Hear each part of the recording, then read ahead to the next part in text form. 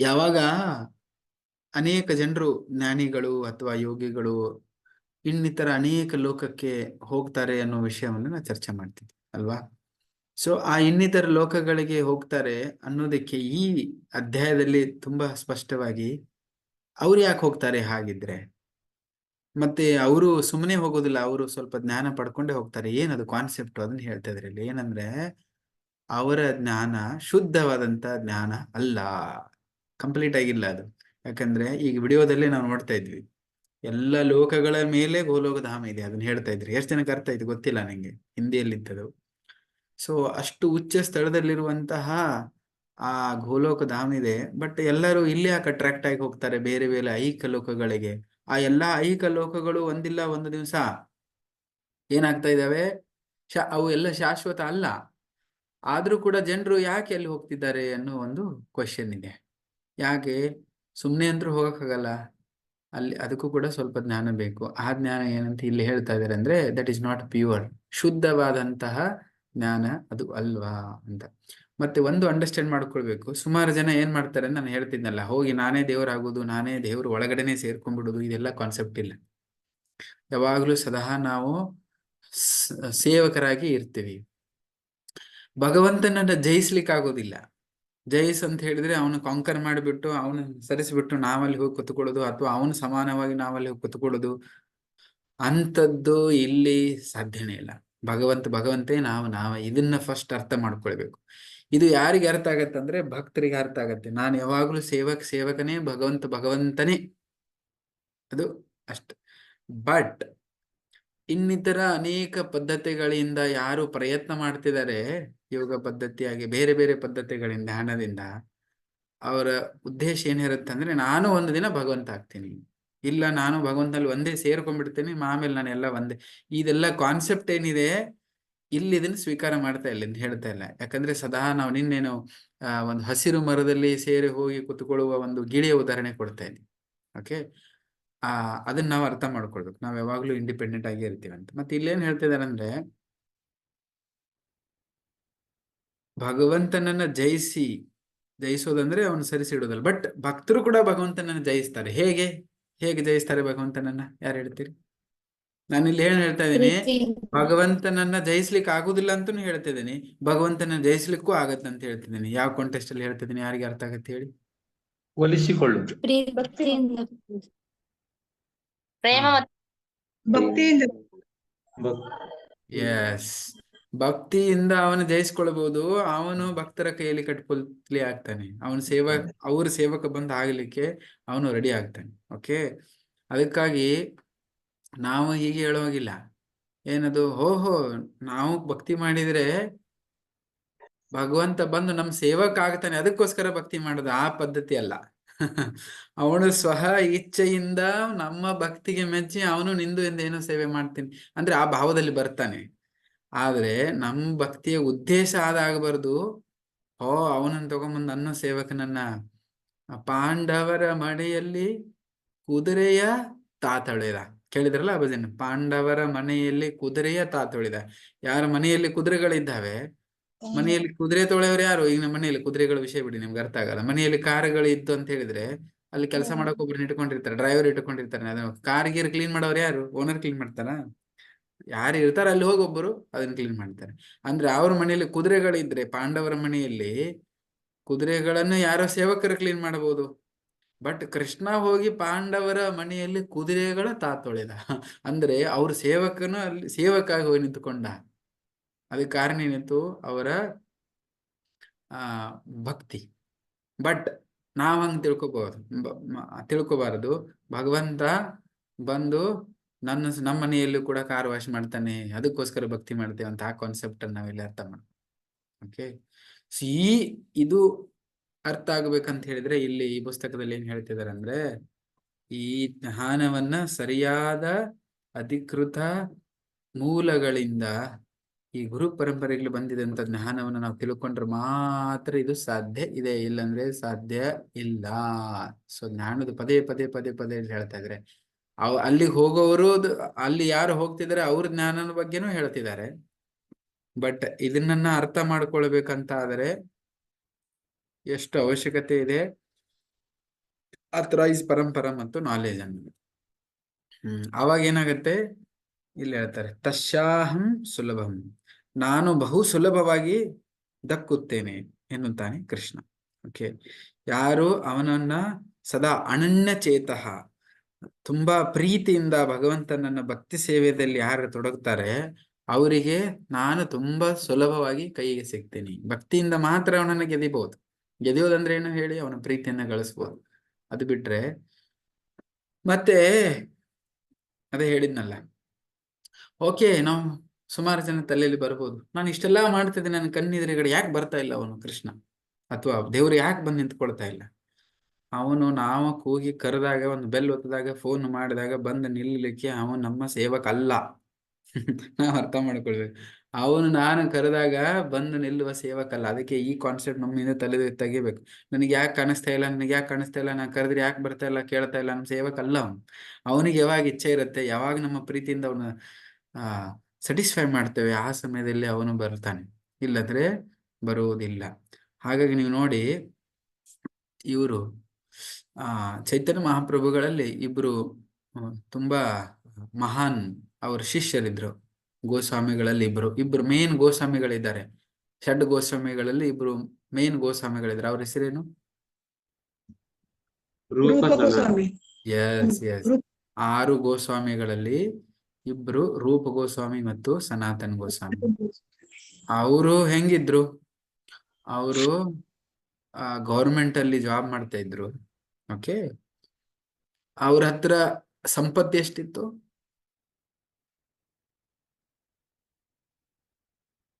ಕೊನೆಗೆ ಬಿಟ್ಟು ಬರ್ತಾರಲ್ಲ ಚೈತನ್ಯ ಮಹಾಪ್ರಭು ಹತ್ರ, ಎಷ್ಟಿತ್ತದು ಸಂಪತ್ತು? ಯಾರು ಹೇಳ್ತೀರಿ?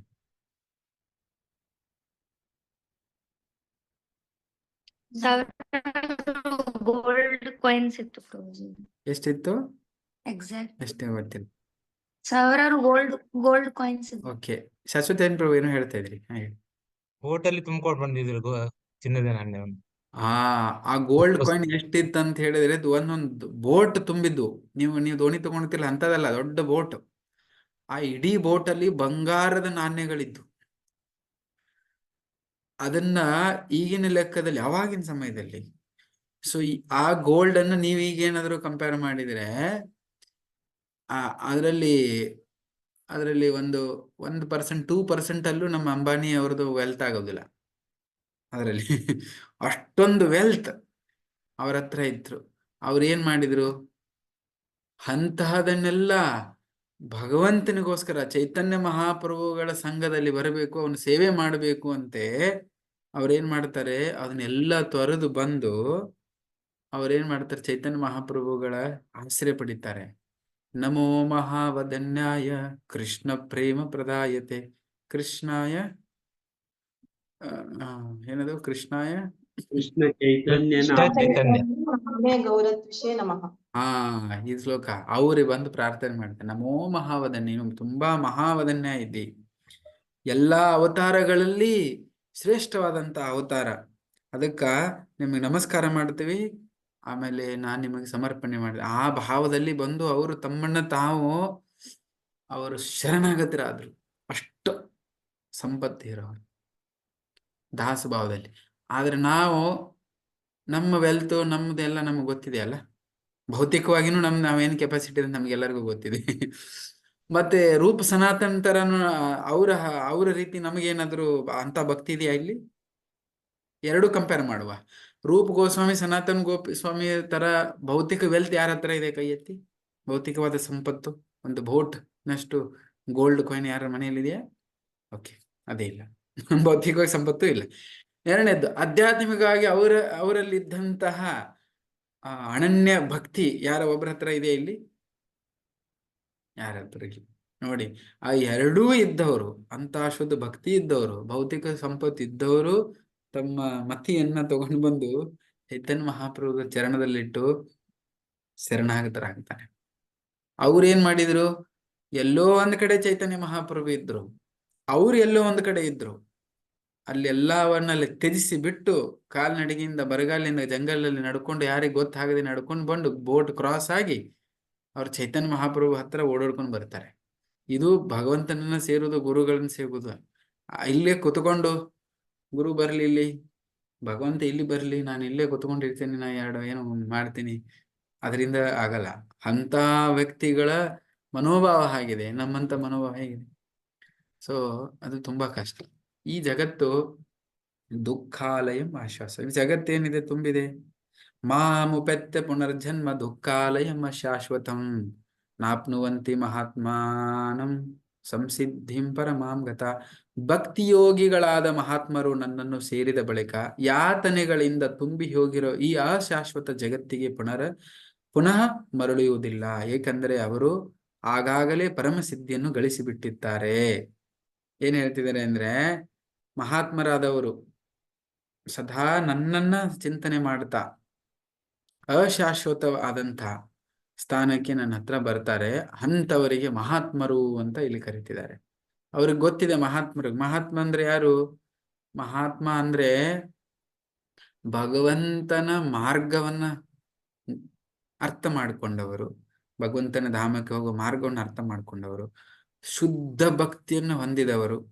ಓಕೆ, ಭಗವಂತನ ಚರಣದಲ್ಲಿ ಸದಾ ಭಕ್ತಿ ಮಾಡ್ತಿವರವರು, ಅವ್ರಿಗೆ ಮಹಾತ್ಮರಂತ ಕರೀತಾರೆ. ಬಟ್ ಈ ಸಮಾಜದಲ್ಲಿ ಮಹಾತ್ಮರಂತ ಯಾರಿಗೆ ಕರೀತಾರೆ? ಕಾಮನ್ ಆಗಿ ಯಾರೋ ಒಬ್ಬ ರಾಜಕೀಯ ವ್ಯಕ್ತಿಗೆ, ಪೊಲಿಟಿಷಿಯನ್ಗೆ ಕರೀತಾರೆ. ಕೇಳಿದ್ರಲ್ಲ, ತುಂಬಾ ಪ್ರಸಿದ್ಧ ವರ್ಡ್ ಇದೆ ಅದು, ಮಹಾತ್ಮ ಅಂತೇಳಿ. ಸೊ ಅದಕ್ಕೆ ಮಹಾತ್ಮ ಗಾಂಧಿ ಒಬ್ಬರು ಪೊಲಿಟಿಷಿಯನ್ ಅವರು. ಓಕೆ, ಹೆಸರು ಇಲ್ಲಿ ಬರೆದಿದ್ದಾರೆ ಅದ್ರಲ್ಲಿ. ಸೊ ಯಾರು ರಾಜಕೀಯ ವ್ಯಕ್ತಿಗಳಿಗೆ ಕರೆಯುವಂಥದ್ದು ಶಬ್ದ ಅಲ್ಲದು ಮಹಾತ್ಮ. ಮಹಾತ್ಮ ಅಂದ್ರೆ ಆ ಅರ್ಥ ತುಂಬಾ ದೊಡ್ಡದಿದೆ.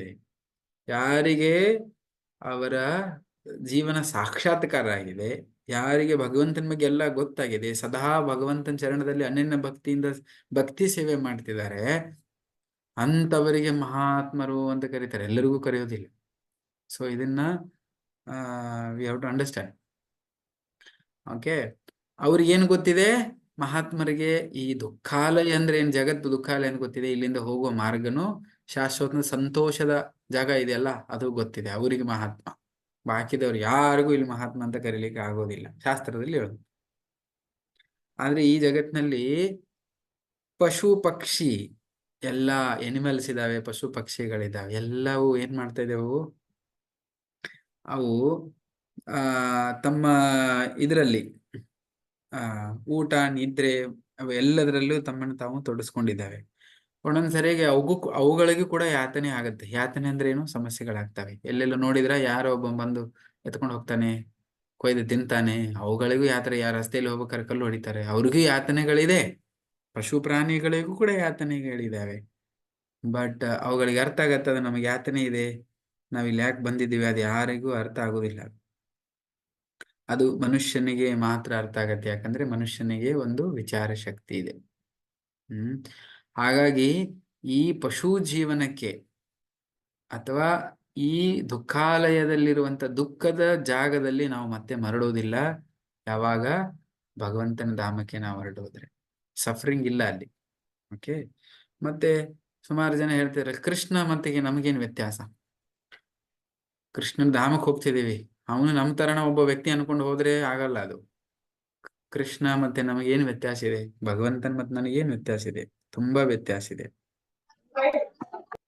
ಭಗವಂತನಿಗೆ ನಮಗೆ ವ್ಯತ್ಯಾಸ ಏನಿದೆ? ನಾವ್ ಇಲ್ಲಿ ಕುತ್ಕೊಂಡಿದ್ದೇವೆ, ಯಾರು ನಿಮ್ಮ ಮನೆಯಲ್ಲಿ ಕುತ್ಕೊಂಡಿದ್ದೀರಲ್ಲ, ಒಳಗ್ ಕುತ್ಕೊಂಡಿದ್ದೀರ. ಎಲ್ಲ ಒಬ್ಬರು ಸೋಫಾದ ಮೇಲೆ ಕುತ್ಕೊಂಡಿದ್ರು, ಒಬ್ರು ಚೇರ್ ಮೇಲೆ ಕುತ್ಕೊಂಡಿದ್ದೀರ, ಒಬ್ರು ಎಲ್ಲೆಲ್ಲೂ ಒಬ್ರು ಕುತ್ಕೊಂಡು ಕ್ಲಾಸ್ ಕೇಳ್ತಾ ಇದ್ದೀರಿ. ಈಗ ನೀವು ಎಲ್ಲಿ ಕುತ್ಕೊಂಡಿದ್ರಿ ಅಲ್ಲಿಂದ ಹೊರಗಡೆನೂ ಇದ್ದೀರಾ? ನೀವು ಮನೆ ಹೊರಗಡೆ ಇದ್ದೀರಾ?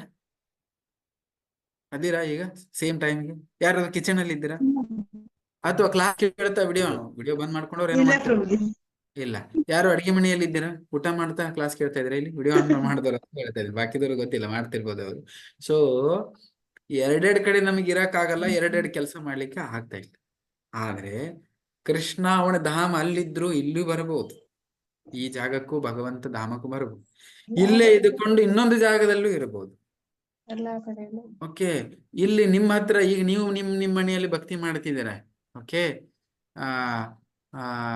ಪರಿಮಳ ಮಾತಾಜಿ ಭಕ್ತಿ ಮಾಡ್ತಿದ್ದಾರೆ ಅವ್ರ ಮನೆಯಲ್ಲಿ. ಸೊ ಅವ್ರ ಮುಂದನು ಪ್ರತ್ಯಕ್ಷ ಆಗ್ಬೋದು ಅವನು. ಮತ್ತೆ ಸವಿತಾ ಮಾತಾಜಿ ಇಷ್ಟು ಧ್ಯಾನ ಪೂರ್ವಕವಾಗಿ ಕ್ಲಾಸ್ ಕೇಳ್ತಿದ್ದಾರೆ, ಸಡನ್ ಆಗಿ ಅವ್ರ ಎದುರುಗಡೆ ಪ್ರತ್ಯಕ್ಷ ಆಗ್ಬೋದು ಅವನು. ಓಕೆ, ಸೊ ಇಲ್ಲಿ ಎಲ್ಲರಿದ್ರು ಎಲ್ಲೆದ್ರು ಬರುತ್ತೆ. ಪಾಂಡುರಂಗ ಪ್ರಭುಗಳ ಮನೆಗೆ ಹೋಗ್ಬೋದು, ಅಲ್ಲಿ ಕುತ್ಕೊಂಡಿದ್ದಾರೆ ಅವರು ಡೈಲಿ. ಸೊ ಅವ್ರ ಊರು ಒಂದ್ ಕಡೆ ಇದೆ, ಇವ್ರ ಊರು ಒಂದ್ ಕಡೆ, ಇನ್ನೊಂದು ಬೇರೆ ಊರ ಹತ್ರ, ಎಲ್ಲಾ ಕಡೆಗೂ at the same time Krishna can appear. Rohit Prabhu ಹತ್ರನೂ ಹೋಗ್ಬೋದು ಬೆಂಗಳೂರಲ್ಲಿ ಟಕ್ಕಂತೀಗ. ಸೊ ಸೇಮ್ ಟೈಮ್ ಅಲ್ಲಿ ಎಲ್ಲಾ ಭಕ್ತರ ಮನೆಯಲ್ಲಿ ಹೋಗಿ ಅಲ್ಲಿ ಹೋಗಿ ಅವನು ಹೇಳ್ಬೋದು. ಬಟ್ ನೀವ್ ಹೋಗಕ್ಕಾಗತ್ತಾ? ಇಲ್ಲ. ಇಲ್ಲ ನಂಗೆ ಕ್ಲಾಸ್ ಇದೆ, ನಾನು ಇಲ್ಲಿದ್ದೇನೆ, ಆಮೇಲೆ ಬರ್ತೀನಿ, ಫೋನ್ ಮಾಡ್ತೀನಿ, ನೀವು ಹೇಳ್ತೀರಿ. ಅದನ್ನ ಕೃಷ್ಣ ಭಟ್ಟ ಸೇಮ್ ಟೈಮ್ ಎಲ್ಲಾನು ಮಾಡ್ಬೋದು. ಅದೇ ಕೃಷ್ಣನಿಗೆ ನಮಗೆ ಇರುವಂತಹ ವ್ಯತ್ಯಾಸ. ಅವನ ದಿವ್ಯ ಸಾಮ್ರಾಜ್ಯವನ್ನು ಬಿಟ್ಟು ಇಲ್ಲಿ ಬರ್ತಾನೆ, ಬರುವಾಗ ಒಂದೊಂದ್ಸರಿ ಅವನ ಭವ್ಯ ಸಾಮ್ರಾಜ್ಯವನ್ನು ಕೂಡ ಇಲ್ಲಿ ತಗೊಂಡ್ ಬರ್ತಾನೆ. ಓಕೆ, ಅವನು ಎಲ್ಲೇ ಇರ್ಲಿ, ಅದು ಗೋಲೋಕ ಧಾಮನಿ. ಅದಕ್ಕೆ ವೃಂದಾವನದಲ್ಲಿ ಲೀಲೆ ಮಾಡ್ಬೇಕಾದ್ರೂ ಕೂಡ ಅವ ಧಾಮದ್ದೇ ಒಂದು ತುಣುಕನ್ನು ತಗೊಂಡ್ಬಂದು ಇಲ್ಲಿ ಲೀಲೆ ಮಾಡಿದ. ಅದಕ್ಕೆ ಇಲ್ಲಿ ನೋಡುವಂತ ವೃಂದಾವನ ಆಕ್ಚುಲಿ ಅಲ್ಲಿ ಮೇಲಿರುವಂತ ಗೋಲೋಕ ಬೇರೆ ಅಲ್ಲ, ಅದು ಒಂದೇ ಅಂತ ಹೇಳ್ತಾರೆ. ಸೊ ಹೀಗೆ ಇಂತಹ ಅದ್ಭುತ ಧಾಮದಲ್ಲಿ ಭಗವಂತಿದ್ದಾನೆ. ಆ ಧಾಮದಲ್ಲಿ ಅವನೇನ್ ಮಾಡ್ತಿದ್ದಾನೆ, ನಮಗೆ ಕರಿತಾ ಇದ್ದಾನೆ ಅಲ್ಲಿ ಬರ್ಲಿಕ್ಕೆ. ಓಕೆ, ನಾವು ಭಕ್ತಿ ಭಾವದಲ್ಲಿ ಕೃಷ್ಣ ಪ್ರಜ್ಞೆಯಲ್ಲಿ ಇಟ್ಟುಕೊಂಡು ನಾವೇನಾದ್ರೂ ಭಗವಂತನ ಧಾಮಕ್ಕೆ ಹೋದ್ರೆ ಇಂತಹ ನೋವು ಯಾತನೆಗಳು ಮತ್ತಿಲ್ಲ. ಸುಮಾರು ಜನ ವಿಚಾರ ಮಾಡ್ತಾರೆ, ಇಲ್ಲಿ ಹೇಳ್ತಾ ಇದ್ದಾರೆ. ಸುಮಾರು ಜನ ಏನ್ ವಿಚಾರ ಮಾಡ್ತಾರೆ ಅಂದ್ರೆ, ಸಮಸ್ಯೆ ಇದ್ರೆ ಯಾಕೆ ನೀವು ಸಮಸ್ಯೆ ಇದೆ, ದುಃಖಾಲಯ ಇದೆ, ಜಗತ್ತು ಅದು ಇದೆ ಇದು ಇದೆ, ನಾವು ಚೆನ್ನಾಗಿದ್ದೇವಪ್ಪ, ದುಃಖ ಏನಿಲ್ಲ ಇಲ್ಲಿ. ಸುಮಾರು ಜನ ಹೇಳೋರು ಇರ್ತಾರೆ. ನಿಮ್ಗೆ ಹಂಗೆ ಹೇಳಿದ್ರೆ ನಾವೆಲ್ಲ ಖುಷಿನೇ ಇರ್ತೀವಿ. ಓಕೆ, ಹಾಗೇನೋ ಯಾರವರು ದುಃಖದಲ್ಲಿ ಇದ್ಕೊಂಡು ಒಬ್ಬ ವ್ಯಕ್ತಿ ನಾನು ಖುಷಿ ಇದ್ದೇನೆ ಅಂತ ಅನ್ಕೊಂಡ್ರೆ ಅವನಿಗೇನ್ ಹೇಳ್ತಾರೆ? ದುಃಖ ಅರ್ಥ ಆಗ್ತಾ ಇಲ್ಲ ಅವನಿಗೆ. ದುಃಖದಲ್ಲಿ ಇದ್ಕೊಂಡು ಖುಷಿಯಲ್ಲಿದ್ದೇನೆ ಅಂದ್ರೆ ಅರ್ಥ ಏನದು?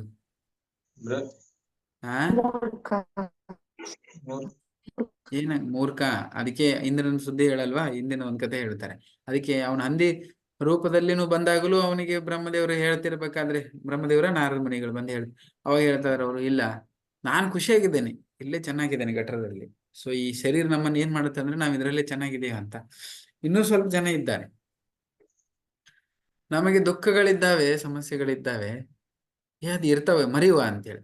ಅದಕ್ಕೆ ಮರೆಯೋದಕ್ಕೋಸ್ಕರ ಒಂದು ಪ್ರೊಸೆಸ್ ಮಾಡ್ತಾರೆ. ಅವ್ರು ಏನ್ ಕೆಲಸ ಮಾಡ್ತಾರೆ, ಜೀವನದಾಗ ಸಮಸ್ಯೆ ಬಹಳ ಇದಾವೆ, ಅವ್ನು ಮರಿಬೇಕು ನಾವು ಅನ್ನೋದಕ್ಕೊಂದು ಏನೋ ಮಾಡ್ತಾರೆ ಅವ್ರು. ಏನದು, ಯಾರು ಹೇಳ್ತೀರಿ? ಎಣ್ಣೆ ಎಣ್ಣೆ ಎಣ್ಣೆ. ಅವನು ನೋಡಿ ಎಣ್ಣೆ. ಸೊ ಅವರು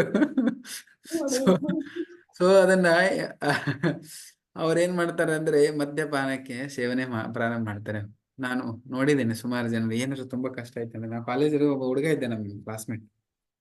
ಅವನಿಗೆ ಏನೋ ಟೆನ್ಷನ್ ಆಗಿತ್ತು, ಆ ಯಾವುದೇ ಒಂದು ಟೆನ್ಷನ್, ಆ ಟೆನ್ಷನ್ ಏನಂತ ನಮ್ಗೆ ಹೇಳೋದಿಲ್ಲ. ಕಾಲೇಜಲ್ಲಿ ಇರುವಾಗ ಅವ್ನು ಟೆನ್ಷನ್ ಆಗಿತ್ತು, ಅರ್ಥ ಮಾಡಿ. ಆ ಟೆನ್ಷನ್ಗೋಸ್ಕರ ಅವನು ಸಿಗರೇಟ್ ಹೊಡಿಲಿಕ್ಕೆ ಅಭ್ಯಾಸ ಮಾಡಕ್ ಸ್ಟಾರ್ಟ್ ಮಾಡಿದ. ಅದೇನಾಯ್ತಂದ್ರೆ, ಇಷ್ಟು ಸಿಗರೇಟ್ ಹೊಡೆದಿದ್ದ ಆ ಹುಡುಗ ಅಂತ ಹೇಳಿದ್ರೆ, ಅವನು ಆಕ್ಚುಲಿ ಇಡೀ ಡಿಸ್ಟಿಕ್ ಅನ್ಕೊಳ್ತೀನಿ ಕಾಲೇಜ್ಗೆ ಟಾಪರ್ ಅವನು. ನಮ್ ಕ್ಲಾಸಲ್ಲಿ ಬಂದಾದ್ಮೇಲೆ ಒಂದು ಸಬ್ಜೆಕ್ಟು ಪಾಸ್ ಆಗ್ಲಿಲ್ಲ. ಈ ರೀತಿ ಪರಿಸ್ಥಿತಿ ಆಯ್ತಾನೆ. ಕ್ಲಾಸ್ ಇಯರ್ ಮಾಡಿದ್ರು ಅವನಿಗೆ, ಒಂದು ಪಾಸ್ ಆಗ್ಲಿಲ್ಲ. ಅವನು ಈ ರೀತಿ ಸಿಗರೇಟ್ ಹೊಡ್ಲಿಕ್ಕೆ ಪ್ರಾರಂಭ ಮಾಡಿದಂದ್ರೆ, ಆ ಸಮಸ್ಯೆಯನ್ನು ಹೇಳ್ಕೊಂಡ್ಬಿಟ್ಟು ಕೊನೆಗೆ ಈ ಅಂಗೈ ಇದೆಯಲ್ಲ, ಅಂಗೈ ಮತ್ತೆ ತುಟಿಗಳು ಎಲ್ಲ ಕಪ್ಪಾಗಿ ಹೋಗಿದ್ದು, ಫುಲ್ ಬ್ಲ್ಯಾಕ್. ಇದು ಮತ್ತೆ ಇದು ಡಿಫ್ರೆನ್ಸಿಯೇಟ್ ಮಾಡಕ್ ಆಗ್ತಿಲ್ಲ, ಅಷ್ಟೊಂದು ಸಿಗರೇಟ್ ಹೊಡೆದಿದ್ದ ವಿಚಾರ ಮಾಡಿ ಆ ಕಾಲೇಜಲ್ಲಿರುವ. ಕೊನೆಗೆ ಎಜುಕೇಶನ್ ಟಾಪರ್ ಹುಡುಗ ಇದು ಯಾವುದೇ ಒಂದು ಸಂಘಕ್ಕೆ ಹೋಗಿಬಿಟ್ಟು ಎಲ್ಲವನ್ನ ಕಳ್ಕೊಂಡ್ಬಿಟ್ಟ, ಎಜುಕೇಶನ್ ಹಾಳಾಗ್ಬಿಟ್ಟು. ಕೊನೆಗೆ ನಾನು ನಮ್ದೆಲ್ಲ ಕಾಲೇಜ್ ಮುಗಿಸಿ ನಾ ಲೆಕ್ಚರ್ ಕಾಲೇಜಲ್ಲಿ ಆದಾಗ, ಆ ಕಾಲೇಜಲ್ಲಿ ಇನ್ನೊಂದು ಫಸ್ಟ್ ಇಯರ್ ಡಿಗ್ರಿ ಜಾಯ್ನ್ ಆಗಿದೆ ನಮ್ ಟಾಪರ್, ಅವನ ಕ್ಲಾಸ್ಮೇಟ್. ಆ ಪರಿಸ್ಥಿತಿ. ಸೊ ಈ ರೀತಿ ಜನರು ಸಮಸ್ಯೆಗಳನ್ನ ಮರೀಲಿಕ್ಕೋಸ್ಕರ ಎಂಥದೆಲ್ಲ ಮಾಡ್ತಾರೆ. ಬಟ್ ಅವಾಗೇನಾಗುತ್ತದು, ಇವ್ರು ಹೇಳಿದ್ರಲ್ಲ ಸುಬ್ರಹ್ಮಣ್ಯ ಪ್ರಭು ಎಣ್ಣೆ ಅಂತ. ಆ ಎಣ್ಣೆ ಅಮಲ್ ಇರುವಾಗ ಮಾತ್ರ ಅವರಿಗೆ ಎಲ್ಲ ಮರಿತಾರೆ ಅವರು. ಆ ಎಣ್ಣೆ ಅಮಲ್ ಇಳಿದ ಆದ ತಕ್ಷಣನೇ ಸಮಸ್ಯೆ ಎಳೆದು ಹೋಗತ್ತಾ, ಹೆಚ್ಚಿಗೆ ಆಗತ್ತಾ ಅಥವಾ ಕಡಿಮೆ ಆಗತ್ತೆ? ಏನಾಗತ್ತೆ? ಇನ್ನೂ ಹೆಚ್ಚಿಗೆ ಆಗತ್ತೆ. ಅದು ಅವ್ರಿಗೆ ಅರ್ಥ ಆಗಲ್ಲ. ಸೊ ಇಂಥ ವ್ಯಕ್ತಿಗೆ ನೀವೇನಂತ ಕರಿತೀರಿ? ಬುದ್ಧಿವಂತರ, ಮಹಾತ್ಮರ, ಮೂರ್ಖ. ಮೂರ್ಖರು. ಹಾಗೆ ಸಮಸ್ಯೆ ಇಲ್ಲ ಅಂತ ಹೇಳ್ಕೊಳ್ಳೋರು. ಅದಕ್ಕೆ ಅರ್ಥ ಮಾಡ್ಕೊಳ್ಬೇಕು, ನಾವು ಮೂರ್ಖ ಆಗ್ಬಾರ್ದು. ಇಲ್ಲಿರುವ ಪರಿಸ್ಥಿತಿಯನ್ನು ನಾವು ಅರ್ಥ ಮಾಡ್ಕೊಳ್ಬೇಕು, ಇಲ್ಲಿಂದ ಪಾರಾಗ್ಲಿಕ್ಕೆ ಹೋಗುವ ಒಂದು ವಿಚಾರ ಮಾಡ್ಬೇಕು. ಹಾಗೆ ನಾವೇನಾದ್ರೂ ಇಂದ್ರ ಚಂದ್ರ ಲೋಕಗಳಿಗೆ ಸುಮಾರು ಜನ ಈಗೂ ವಿಚಾರ ಮಾಡ್ತಾರೆ. ನಮ್ಮ ಸೈಂಟಿಸ್ಟ್ ಎಲ್ಲ ವಿಚಾರ ಮಾಡ್ತಾರೆ, ಇಂದ್ರ ಯಾವ್ದು ಚಂದ್ರ ಲೋಕಕ್ಕೆ ಹೋಗುದು. ಇವನ್ನ ಚಂದ್ರ ಲೋಕಕ್ಕೂ ನೀವು ಆರ್ಟಿಫಿಷಿಯಲ್ ಆಗಿ ಹೋದ್ರು ಕೂಡ ಮತ್ತು ಇದು ಎಲ್ಲ ಐಹಿಕ ಲೋಕಗಳೇ, ಮತ್ತು ವಾಪಸ್ ಇಲ್ಲೇ ಬರ್ಬೇಕು. ಜನ್ಮ ಮೃತ್ಯು ಎಲ್ಲಾ ಕಡೆ ಇದೆ. ಆದ್ರೆ ಕೃಷ್ಣ ಲೋಕ ಹಾಗಲ್ಲ. ಅದಕ್ಕೆ ಆ ವಿಡಿಯೋದಲ್ಲಿ ತೋರಿಸ್ಬೇಕಾದ್ರೆ ಅಲ್ಲೆಲ್ಲ ಎಕ್ಸ್ಪ್ಲನೇಷನ್ ಇತ್ತು. ಬೇರೆ ಲೋಕಗಳಿಗೆ ಏನೋ ವ್ಯತ್ಯಾಸ, ಗೋಲೋಕನ ಭಗವಂತನ ಧಾಮಕ್ಕೆ ವ್ಯತ್ಯಾಸ. ಅದಕ್ಕೆ ಪ್ರಭುಪಾದರು ಹೇಳ್ತಾರೆ, ಅಷ್ಟೆಲ್ಲ ಬುದ್ಧಿ ಇದೆ ವಿಜ್ಞಾನಿಗಳಿಗೆ. ಓಕೆ, ತುಂಬಾ ಬುದ್ಧಿ ಇದೆಯಲ್ಲ, ಯಾವ್ದಾರು ಚಂದ್ರಲೋಕಕ್ಕೆ ಹೋಗ್ಬೇಕಂದ್ರೆ ಇಷ್ಟು ಈಸಿ ಇದೆಯಾ? ಬುದ್ಧಿ ಇದೆ. ಬಟ್ ಆ ಬುದ್ಧಿಯನ್ನು ಸರಿಯಾಗಿ ಉಪಯೋಗ ಮಾಡ್ಕೊಂಡು ಇದನ್ನೆಲ್ಲ ಅರ್ಥ ಮಾಡ್ಕೊಂಡು ಭಕ್ತಿ ಮಾಡಿಬಿಟ್ಟಿದ್ರೆ ಈ ಚಂದ್ರಲೋಕಕ್ಕೆ ಹೋಗೋದಲ್ಲ, ಗೋಲೋಕಧಾಮ ಶಾಶ್ವತವಾಗಿ ಹೋಗ್ಬೋದಿತ್ತು. ಬಟ್ ಅದು ಕಷ್ಟ ಆಗ್ತದೆ ವೈಜ್ಞಾನಿಕವಾಗಿ ನೋಡಿ. ಜಾಸ್ತಿ ಬುದ್ಧಿ ಇರೋದ್ರಿಂದ ಇದು ಒಂದೊಂದ್ಸರಿ ಸಮಸ್ಯೆ ಆಗತ್ತೆ. ಓಕೆ, ಭೌತಿಕವಾಗಿ ಸಮಸ್ಯೆಗಳ ಪರಿಹಾರ ಆಗ್ತದೆ, ಬಟ್ ಆಧ್ಯಾತ್ಮಿಕ ದೃಷ್ಟಿಯಲ್ಲಿ ಎಲ್ರು ಎಲ್ಲಿದ್ದಾರೆ? ಇಲ್ಲೇ ಇದ್ದಾರೆ, ಮುಂದೆ ಹೋಗುವ ಪ್ರಶ್ನೆನೇ ಇಲ್ಲ. ಓಕೆ, ಆಮೇಲೆ ಗೋಲೋಕ ಧಾಮದಲ್ಲಿ ಏನಿದೆ? ನೋ ಡೆತ್, ಯಾವ ಸಾವಿಲ್ಲ, ಸಂಕಟಗಳಿಲ್ಲ, ಯಾತನೆಗಳಿಲ್ಲ. ಬಟ್ ಇಲ್ಲಿರುವಂತ ಎಲ್ಲಾ ಲೋಕಗಳಲ್ಲಿ ಅದೆಲ್ಲ ಸಮಸ್ಯೆಗಳಿದೆ. ಅದಕ್ಕೆ ಹೇಳ್ತಾ ಇದ್ದಾರೆ, ದೊಡ್ಡ ದೊಡ್ಡ ನಗರಗಳನ್ನು ನಿರ್ಮಿಸುವುದಕ್ಕಾಗಿ ನಾವು ನಮ್ಮ ಶಕ್ತಿಯನ್ನು ವ್ಯಯಿಸಬಾರದು. ಇಲ್ಲೇನ್ ಮಾಡ್ತಿದ್ದೇವೆ ಅಂದ್ರೆ, ಗಗನ ಚುಂಬಿಗಳನ್ನು ನಿರ್ಮಿಸಿದರು ನಾವಂತೂ ಅಲ್ಲಿ ಶಾಶ್ವತವಾಗಿ ಇರಲಿಕ್ಕೆ ಸಾಧ್ಯ ಇರುವುದಿಲ್ಲ. ಅದಕ್ಕೆ ದೊಡ್ಡ ದೊಡ್ಡ ನಗರಗಳನ್ನು ನಿರ್ಮಿಸೋದಕ್ಕಾಗಿ ನಾವು ನಮ್ಮ ಶಕ್ತಿಯನ್ನು ವಹಿಸಿದರೆ, ಹಾಗೆ ನಾವು ಶಕ್ತಿ ವ್ಯಯ ಮಾಡಿ ಐಹಿಕ ಪ್ರಕೃತಿಯ ಹಿಡಿತಕ್ಕೆ ಮತ್ತಷ್ಟು ಬಿಗಿಯಾಗಿ ಸಿಕ್ಕಿಕೊಳ್ಳುತ್ತೇವೆ. ಇಲ್ಲಿ ಗಟ್ಟಿಯಾಗಿ ಒಂದು ಹೊಸದು ಏನಾರು ಮಾಡ್ಕೊಂಡು ಇಲ್ಲಿ ಕುತ್ಕೊಂಡಿವಿ ಅಂದ್ರೆ ಇಲ್ಲಿಂದ ಬಿಟ್ಟು ಹೋಗೋ ಚಾನ್ಸೇ ಇಲ್ಲ, ಮತ್ತೆ ಇಲ್ಲೇ ಸಿಕ್ಕಾಕೊಂಡು ಇರ್ಬೇಕಾಗತ್ತೆ. ಹಾಗಾಗಿ ಕೃಷ್ಣ ಲೋಕ, ಇದಕ್ಕೆ ಪ್ರತಿಯಾಗಿ ಕೃಷ್ಣ ಲೋಕವನ್ನು ಪ್ರವೇಶಿಸುವ ಅರ್ಹತೆ ಉಳ್ಳಂತ ದೇಹ ಗಳಿಸಿಕೊಳ್ಳುವ ಸಲುವಾಗಿ ನಾವು ಕೃಷ್ಣ ಪ್ರಜ್ಞೆಯನ್ನು ಬೆಳೆಸಿಕೊಳ್ಳುವ ಮೂಲಕ ನಮ್ಮ ಶಕ್ತಿಯನ್ನು ಬಳಸಬೇಕು. ಕೃಷ್ಣ ಪ್ರಜ್ಞೆ ಎನ್ನುವುದೊಂದು ಧಾರ್ಮಿಕ ಪಂಥವಲ್ಲ, ಅಥವಾ ಅದೊಂದು ಆಧ್ಯಾತ್ಮಿಕ ಮನೋರಂಜನಾ ಕಾರ್ಯಕ್ರಮವೂ ಅಲ್ಲ. ಅದು ಜೀವಿಯ ಬಹು ಮುಖ್ಯವಾದ ಭಾಗ. ಅದಕ್ಕೆ ನಮ್ಮ ಸಮಯವನ್ನು ನಾವೇನ್ ಮಾಡ್ಬೇಕು ಅಂದ್ರೆ, ಭಕ್ತಿಯಲ್ಲಿ ಕೃಷ್ಣ ಪ್ರಜ್ಞೆಯಲ್ಲಿ ಬೆಳೆಸ್ಕೊಳ್ಳಿಕ್ಕೆ ನಮ್ಮ ಶಕ್ತಿ, ಬುದ್ಧಿ, ವಿದ್ಯೆ ಏನಿದೆ ಎಲ್ಲವನ್ನ ಅದ್ರ ತೊಡಗಿಸ್ಬೇಕು. ನಂತರ ಏನು, ಅವಾಗ ಏನಾಗತ್ತೆ, ನಮಗೆ ಅಲ್ಲಿ ಹೋಗುವಂತ ಯೋಗ್ಯವಾದಂತ ಶರೀರ ನಮಗೆ ಸಿಗತ್ತೆ. ಅಷ್ಟೇ ಅಲ್ಲ, ಈ ಆಧ್ಯಾತ್ಮಿಕ ಅಂದ್ರೆ ನಾನು ಯಾವುದೋ ಒಂದು ಕ್ಲಾಸಲ್ಲಿ ತುಂಬಾ ಚರ್ಚೆ ಮಾಡಿದ್ದೆ, ಅದು ಈ ವಿಷಯ ಇಲ್ಲಿ ಬರ್ತದೆ. 2 ವಿಷಯ. ಈ ಆಧ್ಯಾತ್ಮಿಕ ಅನ್ನೋದು ಒಂದು ಧಾರ್ಮಿಕ ಪಂಥವಲ್ಲ. ಓಕೆ, ರಿಲಿಜನ್ ಇದು ಹಂಗೆ ಒಂದು ಪಂಥ್ ಇದೆ, ಇದರಲ್ಲಿ ನಾನೇನೋ ಮಾಡ್ಕೊಂಡಿದ್ದೇನೆ, ಇದು ಪಂಥ್ ಅಲ್ಲ. ಒಂದು. ಎರಡನೇದ್ದೇನು, ಇದು ಮನೋರಂಜನಾ ಕಾರ್ಯಕ್ರಮವೂ ಅಲ್ಲ. ನಾನು ಹೇಳ್ತಾ ಇದ್ನಲ್ಲ, ಸುಮಾರು ಜನ ಮನೋರಂಜನೆ ಕುಂಬರ್ತಾರೆ. ಆಧ್ಯಾತ್ಮಿಕ ಆಚರಣೆ ಇದು ಮನೋರಂಜನೆಯೂ ಅಲ್ಲ. ಆಮೇಲೆ ಇದು ಒಂದು ಹೆಸರಿಗೋಸ್ಕರ ಒಂದು ಧಾರ್ಮಿಕ ಪಂಥವೂ ಅಲ್ಲ. ಇದು ಪ್ರತಿಯೊಂದು ಜೀವಿ ತನ್ನ ಗುರಿಯನ್ನ ಮುಟ್ಲಿಕ್ಕೆ, ಉಚ್ಚ ಸ್ತರಕ್ಕೆ ಮುಟ್ಲಿಕ್ಕೆ ಹೋಗುವಂತ ಒಂದು ಕಾರ್ಯಕ್ರಮ ಇದು. ಈ ಕಾರ್ಯಕ್ರಮ ಏನಿದೆ ಇದು ಸೀರಿಯಸ್ ಇರೋವರೆಗೆ, ಇದು ಟೈಮ್ ಪಾಸು ಮನೋರಂಜನೆ ಮಾಡೋರಿಗಲ್ಲ. ಓಕೆನಾ? ಸೊ ನಾವು ಎಲ್ಲೋ ಹೋಗ್ಬೇಕಂದ್ರೆ ಒಂದ್ ಪ್ಲೇಸಿಂದ ಇನ್ನೊಂದ್ ಪ್ಲೇಸಿಗೆ, ಅಥವಾ ಏನೋ ಒಂದು ವ್ಯಾಲ್ಯೂಬಲ್ ಅನ್ನು ಪಡ್ಕೊಳ್ಬೇಕು ಅಂತ ಹೇಳಿದ್ರೆ, ಅನ್ಕೊಳ್ಳಿ ನಾಳೆ ಯಾರಾದ್ರೂ ಒಂದು ತೊಲೆ 1 ಗ್ರಾಮ ಬಂಗಾರ ಖರೀದಿ ಮಾಡ್ಬೇಕಂದ್ರೆ ಎಷ್ಟು ಕಷ್ಟ ಇದೆ. ಪ್ಲಾನ್ ಮಾಡ್ತೀವಿ. ಏನಾದ್ರು ಖರೀದಿ ಮಾಡ್ಬೇಕಂದ್ರೆ ಎಷ್ಟು ಪ್ಲಾನಿಂಗು, ಅದರಲ್ಲಿ ಎಷ್ಟು ಎನರ್ಜಿ ಹೋಗುತ್ತೆ, ಸಮಯ ಹೋಗುತ್ತೆ, ತುಂಬಾ ಹೋಗುತ್ತೆ. ಸಣ್ಣದೊಂದು ಭೌತಿಕದ್ದೇ ಏನಾದ್ರು ನಾವು ತಗೊಳ್ಬೇಕು ಅಂತ ಹೇಳಿ. ಸೊ ಈಗ ಅಷ್ಟಕ್ಕೆಲ್ಲ ಸಮಯ ಹೋಗುತ್ತೆ, ಆ ಸಮಯ ಕೊಡ್ತೇವೆ, ಏನೆಲ್ಲ ಟೆನ್ಷನ್ ತಗೊಳ್ತೀವಿ. ಇಲ್ಲಿ ಆಧ್ಯಾತ್ಮಿಕದ್ದು ಇದು ಎಲ್ಲರಿಗಿಂತ ಮೀಲಿದ್ರೆ ತುಲನೆನೇ ಮಾಡೋಕ್ಕಾಗೋದಿಲ್ಲ. ಅಂಥದ್ದೊಂದು ನಾವು ಪಡ್ಕೊಳ್ಬೇಕಂತಂದ್ರೆ ಸುಮ್ಮನೆ ನಾವು ಟೈಮ್ ಪಾಸ್ ಮಾಡ್ಕೊಂಡಿದ್ರೆ ಆಗತ್ತಾ? ಸುಮ್ಮನೆ ಮನೋರಂಜನೆ ರೀತಿಯಲ್ಲಿ ನಾವು ಮಾಡ್ಕೊಂಡಿದ್ರೆ ಆಗತ್ತಾ? ಇದು ಆಗಲ್ಲ. ಓಕೆ, ಬಂದ್ವಿ, ಸ್ವಲ್ಪ ಖಾಲಿ ಇದೇವಿ, ಮನೆಯಲ್ಲಿ ಬಂದು ಸೋಫಾದ ಮೇಲೆ ಕುತ್ಕೊಂಡು ಏನ್ ಮಾಡೋದು, ಈಗ ಏನು ಹೊಳಿದಿಲ್ಲ, ಅದು ರಿಮೋಟ್ ಹೊಡ್ಕೊಂಡು ಕುತ್ಕೊಂಡು ಅಂದ್ರೆ ಏನು ಮನೋರಂಜನೆ. ಓಕೆ, ಟೈಮ್ ಪಾಸ್ ಮಾಡೋದಕ್ಕೋಸ್ಕರ ಒಂದು ಮನೋರಂಜನೆ. ಹಾಗೆ ಆಧ್ಯಾತ್ಮಿಕ ಕಾರ್ಯಗಳಲ್ಲಿ ನಾವು ಮನೋರಂಜನೆ ಅನ್ಕೊಂಡು ನಾವೇನಾದ್ರೂ ಕೂತ್ಕೊಂಡ್ರೆ ನಾವು ಎಲ್ಲಿ ಹೋಗಲ್ಲ, ಇಲ್ಲೇ ಇರ್ತೀವಿ. ಸ್ವಲ್ಪ ಚೆನ್ನಾಗಿ ಅನಿಸ್ತದೆ, ಬಟ್ ಸೀರಿಯಸ್ ಆಗಿ ನಾವು ಹೋಗಿ ಏನಾದ್ರು ನಾವು ಪ್ರಾಕ್ಟೀಸ್ ಮಾಡಿದರೆ ನಮ್ಮನ್ನ ತುಂಬಾ ಬೇಗ ಮುಂದೆ ಕರ್ಕೊಂಡು ಹೋಗುತ್ತೆ. ಸೊ ಇದೇ ಈ ಅಧ್ಯಾಯದ ಸಾರ. ಈ ಐಹಿಕ ಗ್ರಹಗಳಿಂದ ವಿಮೋಚನೆ ಹಂತ ಹಂತವಾಗಿ, ಬರೇ ಈ ಬಂಧನದ ಅಷ್ಟೇ ಅಲ್ಲ, ಈ ಭೂಮಿಯಿಂದ ಅಷ್ಟೇ ಅಲ್ಲ, ಇಡೀ ಐಹಿಕ ಗ್ರಹಗಳು ಎಲ್ಲ ಕಡೆಯಿಂದನೂ ಪಾರಾಗುವಂಥದ್ದು. ಸೊ ಎಷ್ಟು ಡಿಟೇಲ್ ಆಗಿ ಜ್ಞಾನವನ್ನ ಈ ಸಣ್ಣ ಪುಸ್ತಕದಲ್ಲಿ ಸಿಗ್ತಾ ಇದೆ ನೋಡಿ. ನಮ್ಮ ಗೋಲ್ ಏನಿರ್ಬೇಕು ಅಂತ ಹೇಳಿ ಕ್ಲಿಯರ್ ಆಗಿರ್ಬೇಕು. ಅಷ್ಟು ಚೆನ್ನಾಗಿ ಅಧ್ಯಾಯದಲ್ಲಿ ವರ್ಣನೆ ಮಾಡಿದ್ದಾರೆ. ಓಕೆ, ಹರೇ ಕೃಷ್ಣ.